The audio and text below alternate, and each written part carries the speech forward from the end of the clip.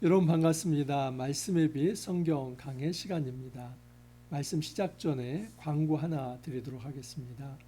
6월 28일 토요일 오전 9시 반부터 오후 1시 반까지 요한계시록 성경 산책을 하도록 하겠습니다. 참가하기를 원하시는 분들은 등록 신청해 주시기 바랍니다. 등록자에 한해서 제가 토요일 당일에 유튜브 주소를 문자로 전송해 드릴 예정입니다. 그래서 온라인 참석을 원하시는 분은 집에서 그렇게 들으실 수 있고, 또한 현장에서 말씀을 듣기를 원하시는 분은 토요일, 다음 주 토요일입니다. 오전 9시 반까지 말씀의 빛 교회당으로 찾아오십시오. 그러면 함께 말씀을 나눌 수 있을 것 같습니다.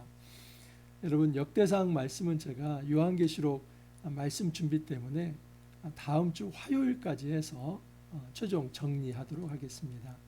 아직 이틀 더 남았습니다. 저와 함께 역대상 유종의 미를 거둘 수 있기를 바랍니다.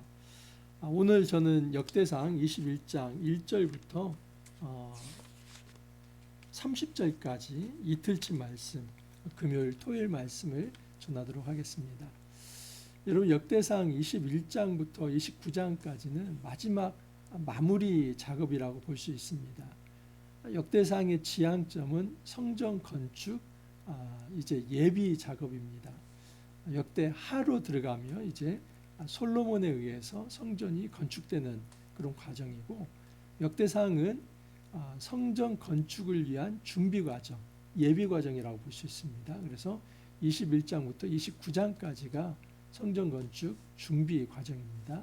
자, 그런데 21장은 좀 결이 좀 다릅니다.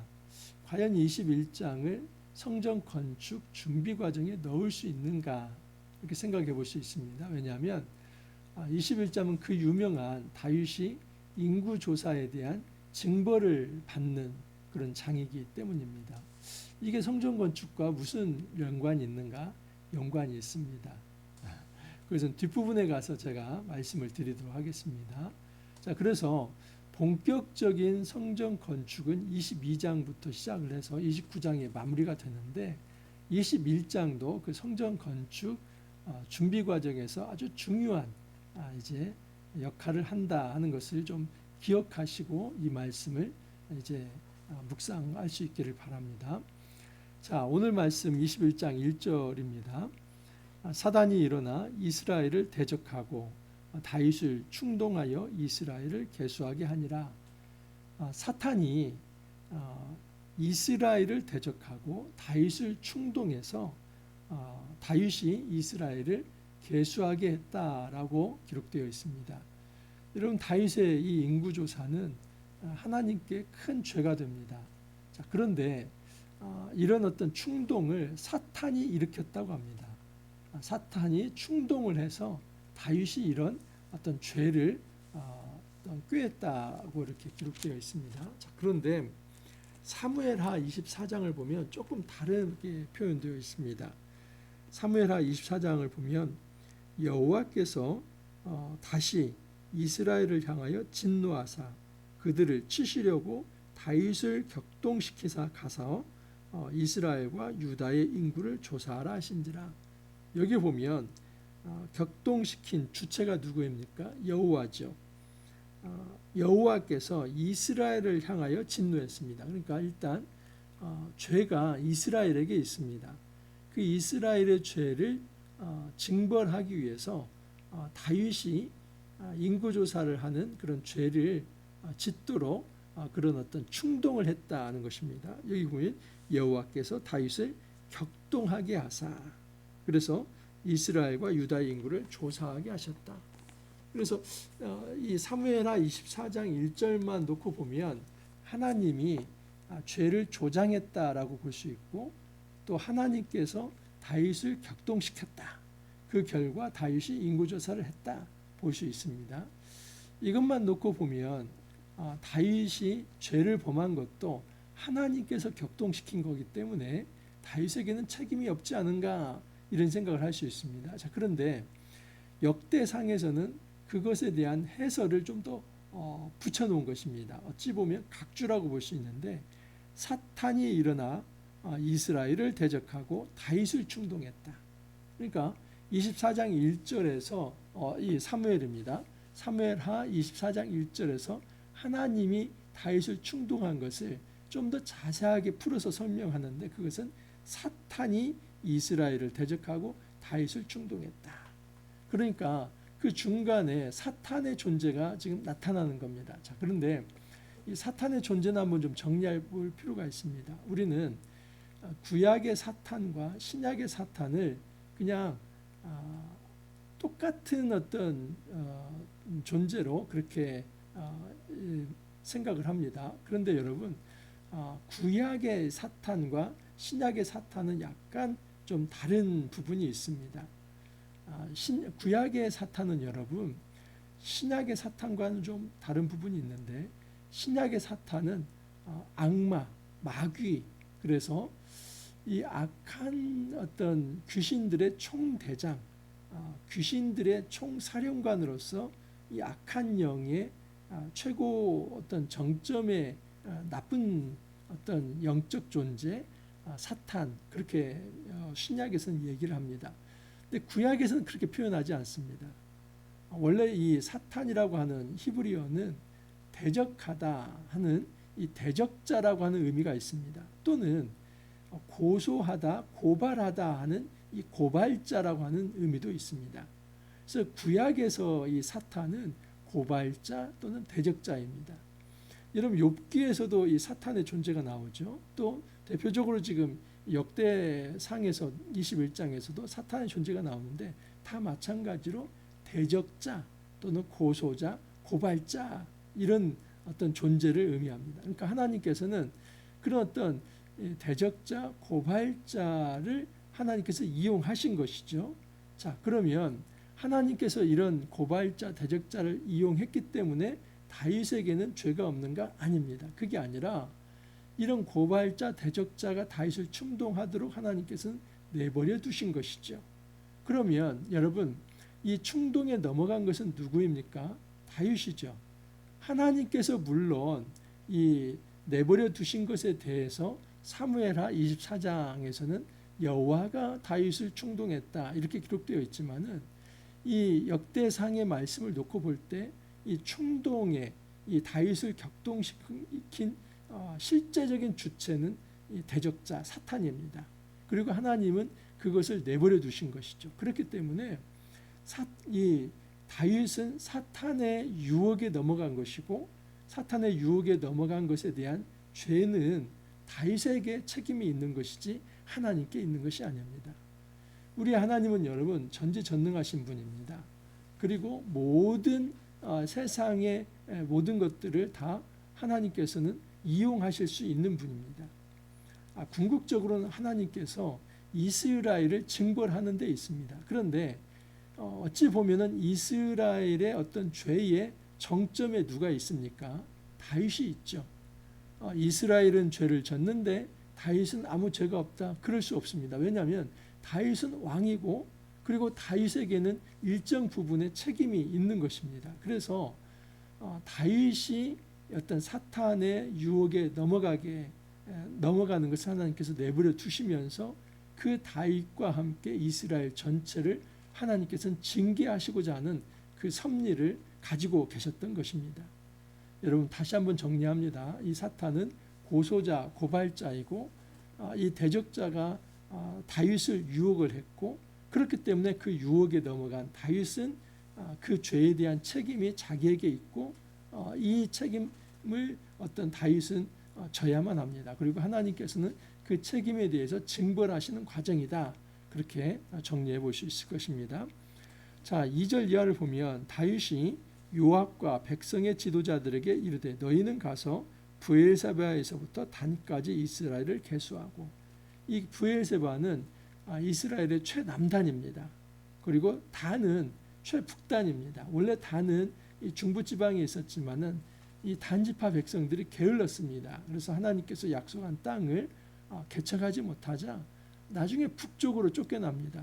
근데 북쪽에서 평화롭게 사는 사람들의 땅을 빼앗아서 그곳에 정착을 합니다. 그래서 단 지파는 중부 지방에서 이주를 해가지고 최북단에 있습니다. 우리나라로 말하면 브엘세바는 부산이라고 생각하신다면 이제 이 단은 신유주라고 보시면 됩니다. 그래서 부산부터 신유주까지 아니면 한라에서 백두까지 이게 바로 브엘세바에서 단까지다라고 볼 수 있습니다. 그래서 이스라엘 전국에 이 인구조사 명령을 내린 겁니다. 그런데 여기에 대해서 요압이 조금 부정적 반응을 보입니다. 요압이 아뢰되 여호와께서 그 백성을 지금보다 100배나 더 하시기를 원하나이다. 내 주 왕이여 이 백성이 다 내 주의 종이 아니니까 내 주께서 어찌하여 이 일을 명령하시니까 어찌하여 이스라엘이 범죄하게 하시나이까. 지금 요압은 바른 정신을 가지고 있습니다. 하지만 다윗은 뭔가 눈이 비늘 같은 것이 끼었다라고 볼 수 있습니다. 영적으로 머리가 맑지 않습니다. 그래서 사탄에게 지금 그 유혹에 넘어가는 겁니다.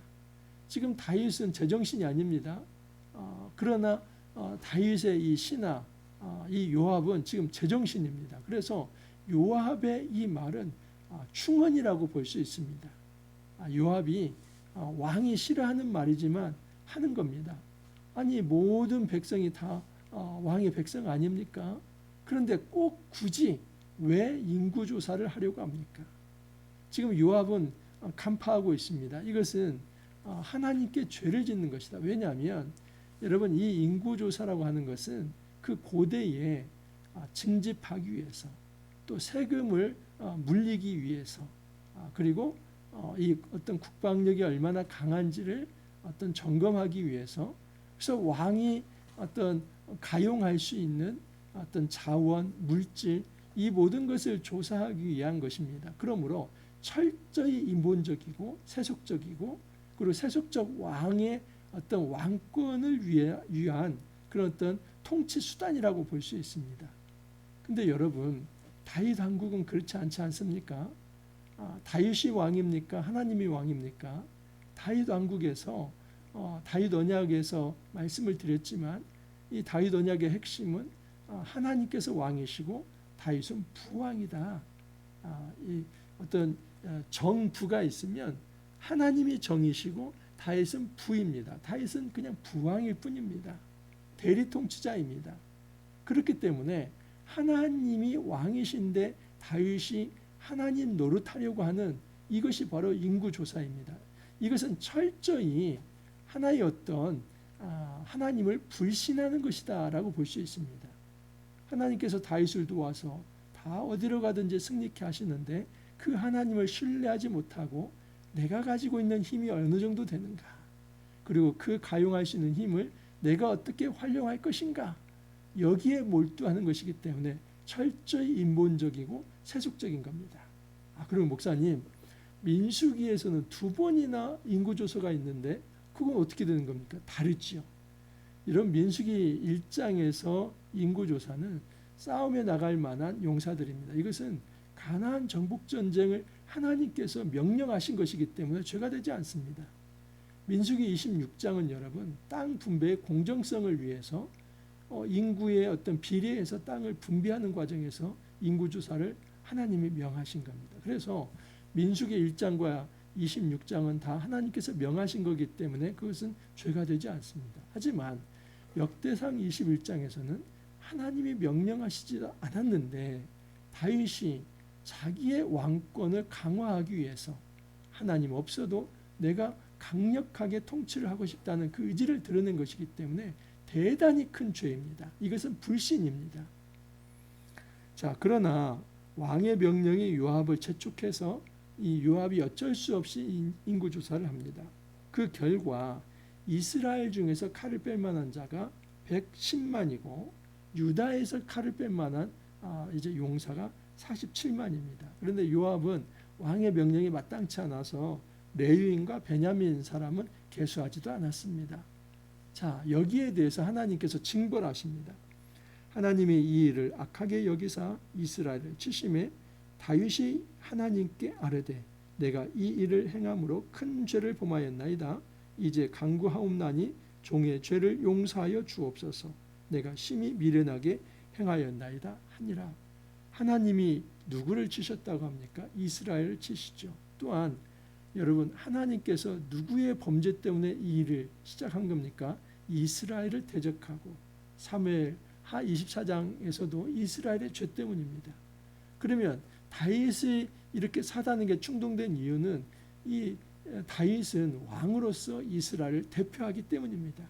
그래서 이스라엘 전체의 어떤 죄에 대해서 이 다윗의 어떤 대표자로서 다윗을 시험하시고 그가 넘어졌을 때 이스라엘 전체에게 죄를 물은 것입니다. 자, 그런데 다윗이 이제 깨닫기 시작합니다. 다윗의 위대함은 여러분 죄를 짓지 않은 데 있지 않습니다. 다윗이 얼마나 심각한 죄를 지었는지 말씀을 드렸었죠.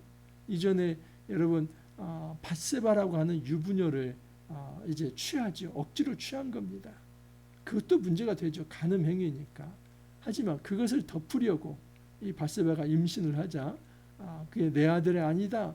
그것을 덮으려고 전장에 나가 있던 이 밧세바의 남편을 불러들이지 않습니까? 그래서 이 하룻밤을 이제 아내와 자도록 그렇게 강요를 합니다. 그런데 우리아가 그 말을 듣지 않죠. 그러자 우리아를 그 전장 전선에 가장 어떤 이 싸움이 극심한 곳에 홀로 놔두게 해서 그곳에서 이제 전사하게 만듭니다. 이것은 여러분 전사가 아니라 사실은 다윗이 살인을 한 것이죠. 그래서 다윗은 간음죄뿐만 아니라 살인죄도 지었습니다. 그러니까 다윗에게 흠도 없고 점도 없는 그런 어떤 도덕적으로 흠결이 없는 왕이다. 절대 그렇지 않습니다. 다윗은 이 심각한 죄를 지었고 오늘 본문에 의하면 영적인 음란함이죠. 하나님을 불신했기 때문입니다. 그런데 다윗은 이렇게 죄를 범했음에도 하나님 마음이 아파한 자다, 또는 하나님께서 가장 기뻐하시는 자다, 그리고 역사상 다윗만큼 위대한 자가 없을 만큼 그렇게 하나님 보시기에 선한 왕으로 기록되는 것은 그에게 죄가 없어서가 아니라 죄를 지었을 때 그때 회개하는 영이 있었기 때문입니다. 이 일을 행함으로 큰 죄를 범하였나이다. 이제 간구하옵나니 종의 죄를 용서하여 주옵소서. 다윗은 정직한 마음을 가지고 자기가 지은 죄에 대해서 회개합니다. 여러분, 죄를 짓고도 발뺌을 하고 부정하며 인정하지 않는 자는 소망이 없습니다. 속된 말로 싹수가 없습니다. 미래가 없습니다. 하지만 여러분, 어떤 사람이 미래가 있고 소망이 있냐면 죄에 대해서 인정하는 자. 제가 이런 큰 죄를 지었습니다. 그렇게 죄를 인정하는 자를 하나님께서는 반드시 받으시고 하나님께서 고쳐주신다는 사실입니다. 9절 이하를 보면 그래서 여호와께서 이제 은혜 베풀기 시작합니다. 여호와께서 다윗의 선견자 갓에게 말씀하여 이르시되 가서 다윗에게 말하여 이르기를 여호와의 말씀이 내가 내게 세 가지를 내어 놓으리니 그 중에서 하나를 내가 택하라. 하나님께서 선택지 세 개를 놓으십니다. 그리고 그 중에 하나를 택하라는 겁니다. 자, 12절 보면 선택지 첫 번째 3년 기근, 두 번째 내가 석 달을 적군에게 패하는 것, 그리고 적군의 칼에 쫓기는 것입니다. 그리고 세 번째는 여호와의 칼, 곧 이제 전염병이 사흘 동안 이 땅에 유행하는 것. 이게 다 333입니다. 하나는 3년, 하나는 3개월, 하나는 3일입니다. 그래서 3년 동안 기근이 있을 것인지 아니면 3개월 동안 적군에게 패해서 쫓겨날 것인지 아니면 3일 동안 전염병으로 사람이 죽게 될 것인지 셋 중에 하나 골라라. 근데 다윗이 뭘 골랐을까요? 세 번째 3일입니다. 작고 굵게 매맞고 끝나자 이겁니까?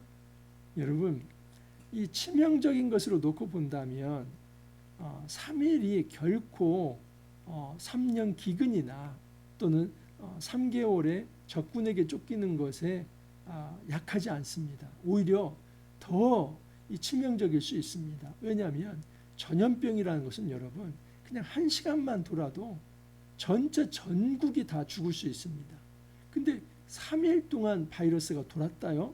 여러분, 그것은 그냥 전 국민이 다 죽을 수도 있는 겁니다. 그렇기 때문에 우리가 함부로 짧은 이 3일 동안 그냥 끝낸다.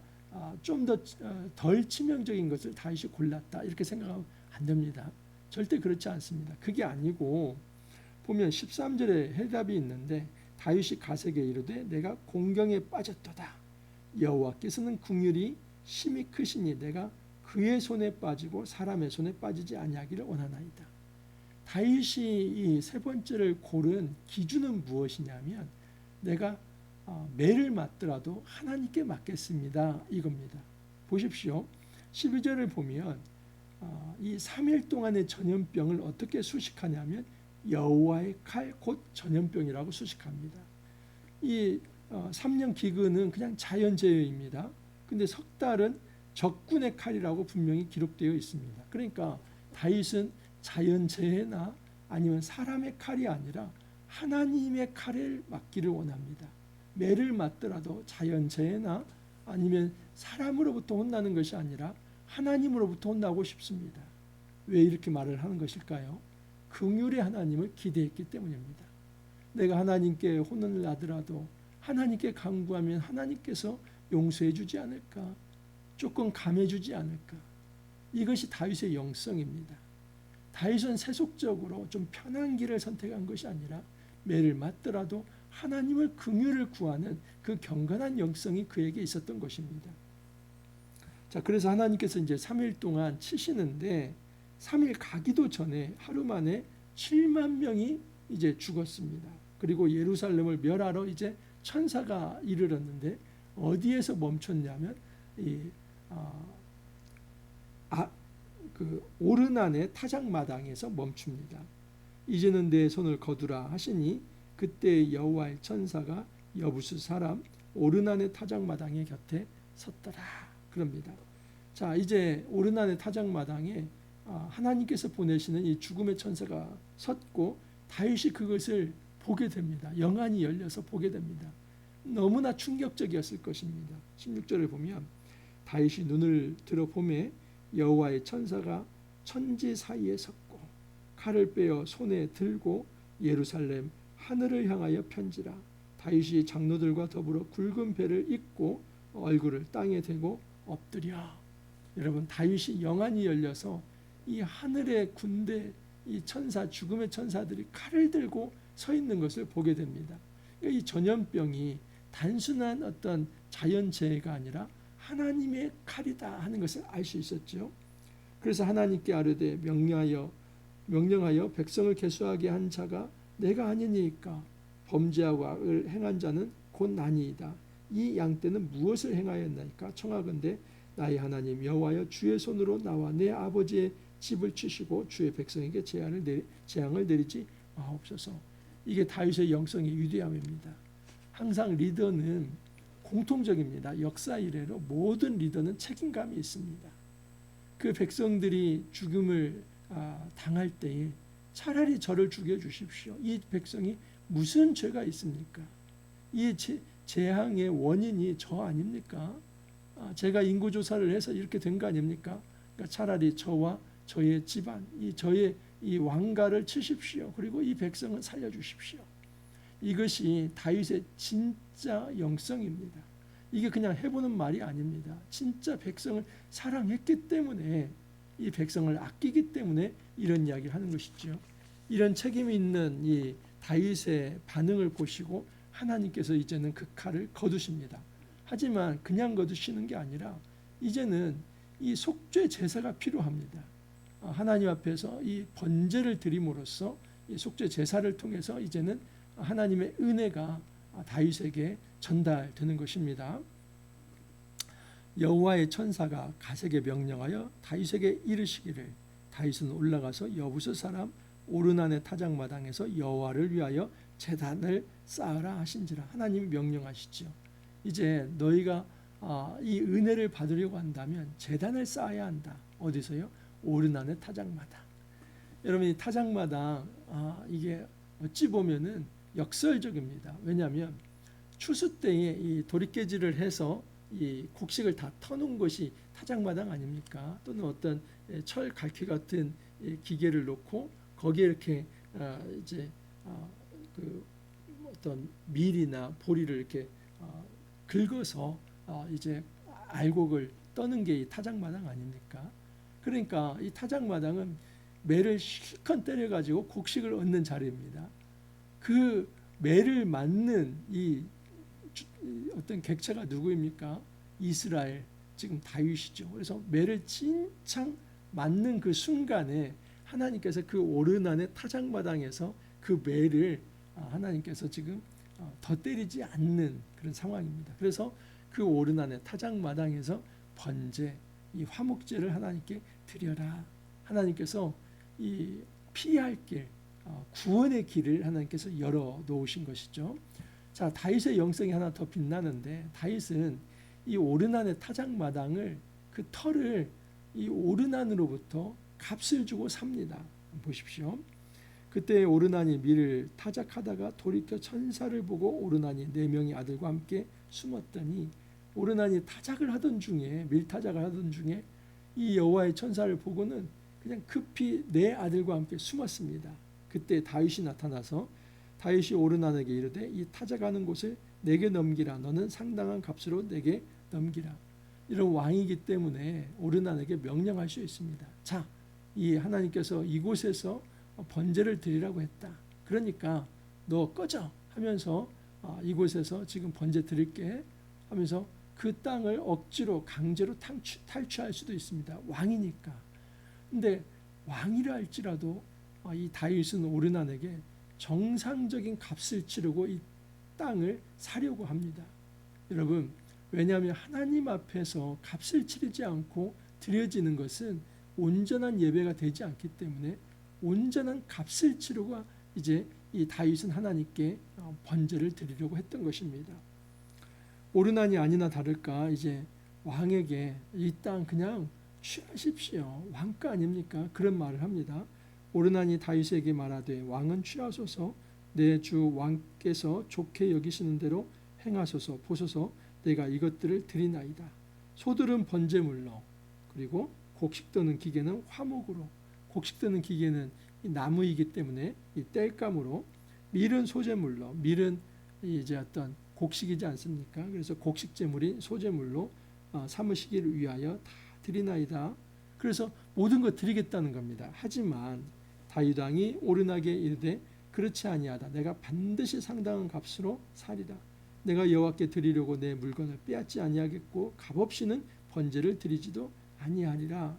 그래서 금 600세겔을 달아서 오르나에게 주고 정상적으로 이제 명의 이전을 하는 겁니다. 이제는 오르난의 타작마당이 아니라 다윗의 타작마당이죠. 다윗이 이곳에 이제 어떤 번제를 드리기 위해서 그 땅을 사들인 겁니다. 자, 그러면 이것이 어떤 의미가 있는가? 매우 매우 중요한 의미가 있습니다. 왜냐하면 나중에 이 오르난의 타작마당이 곧 그곳이 성전터가 되기 때문입니다. 자, 역대하입니다. 역대하 3장을 보시면 솔로몬이 예루살렘 모리아산에 여호와의 전 건축하기를 시작하니 그곳은 전에 여호와께서 그의 아버지 다윗에게 나타나신 곳이요 여부스 사람 오르난의 타작마당에 다윗이 정한 곳이라. 여러분, 놀랍지요? 지금 다윗이 오르나로부터 산 그 타작마당이 나중에 보면 솔로몬에 의하면 그곳이 바로 성전터가 됩니다. 그러니까 성전을 어디 위에 짓느냐면 이 오르난의 타작마당 위에 짓는 것입니다. 다윗은 여러분 값을 주고 그 오르난의 타작마당을 샀습니다. 그리고 그 타작마당을 하나님 앞에 봉헌을 한 것이지요. 이 거룩한 터로 봉헌을 한 겁니다. 자, 그런데 이 땅이 얼마나 유서 깊냐면 이곳은 바로 모리아산이라고 합니다. 여러분 모리아산 기억하십니까? 창세기 22장에 보면은 하나님께서 아브라함에게 네 아들 이삭을 나에게 번제로 드리라고 하지 않았습니까? 그래서 아브라함이 자기 아들 이삭을 번제로 드리려고 했던 그 산이 모리아산입니다. 하지만 하나님이 내가 아브라함 너의 믿음만 받고 이 번제는 내가 준비한 순양으로 드리겠다. 그래서 그 땅 이름이 에베네셀이 또한 됩니다. 하나님이 준비하셨다 하기 때문입니다.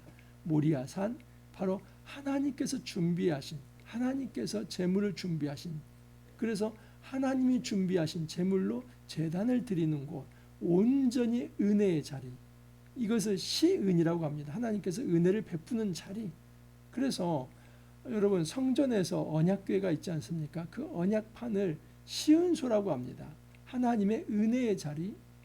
여러분, 성전의 핵심은 은혜입니다. 하나님께서 이 다윗과 이스라엘이 죄를 범했을 때 그 이스라엘을 완전히 쓸어버리려고 합니다. 그 죄에 대해서 징벌하려고 합니다. 근데 하나님께서 멈춰선 겁니다. 이것 자체가 은혜입니다. 그렇기 때문에 이 번제단을 쌓았기 때문에 하나님께서 은혜 베푸시는 게 아니라 거꾸로입니다. 하나님이 이미 멈추시고 은혜를 베푼 것에 대한 감사로서 제단을 쌓는 것입니다. 그러므로 성전이라고 하는 것은 하나님의 은혜가 임하는 자리이고, 그 은혜에 대해서 믿음으로 수납하면서 감사의 이 제단을 드리는 곳이다라고 볼 수 있습니다. 다윗이 거기에서 이제 번제단을 쌓습니다. 그리고 번제를 드립니다. 그랬더니 번제단 위에 불을 내려 응답하셨다고 합니다. 이런 번제단에 불 내려 응답하는 거 레위기 9장 24절에 보면 이제 첫 번째 번제를 드릴 때, 첫 제사 때 하늘로서 불이 임합니다. 그래서 이것을 거룩한 불이라고 합니다. 여러분, 또한 열왕기상 18장 38절에 보면 엘리야와 이제 그 바알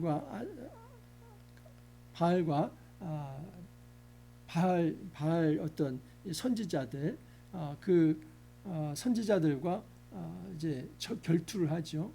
그곳에서 여러분 이제 엘리야가 승리를 하지 않습니까? 그 엘리야가 승리하는 이 열왕기상 18장 38절인데 그때 하늘로부터 불이 임합니다. 그러니까 레위기에서도 번제단을 드렸을 때 불이 임하고, 이제 열왕기상에서도 번제단에 하나님께서 불이 임하게 합니다. 여러분, 이처럼 이 불이 임한다 하는 것은 하나님의 은혜가 임한다는 상징입니다.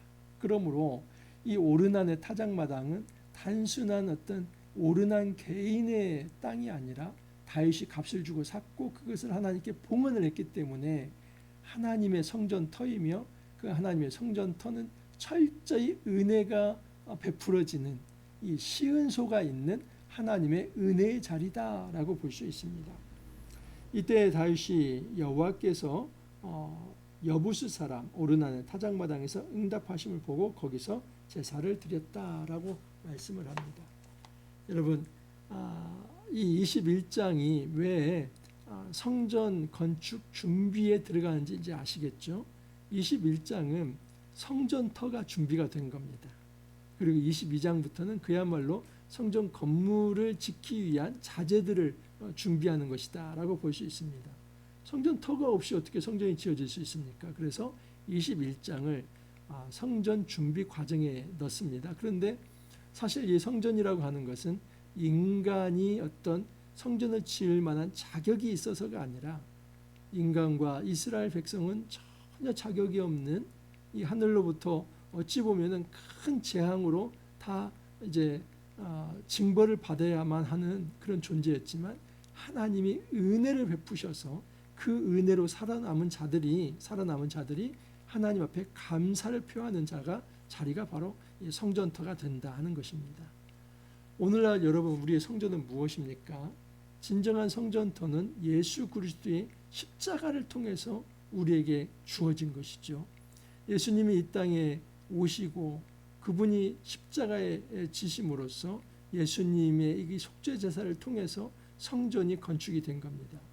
여러분, 오늘날 성전은 건물이 아니라 교회 공동체입니다.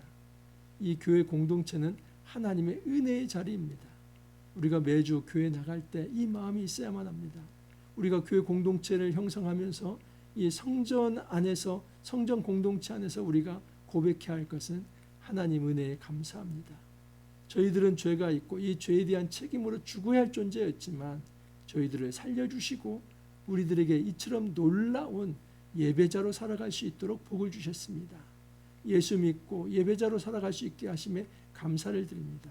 이 예배 공동체, 성경 공동체가 추구해야 할 것이 바로 이 감사와 찬양과 예배다라고 말할 수 있습니다.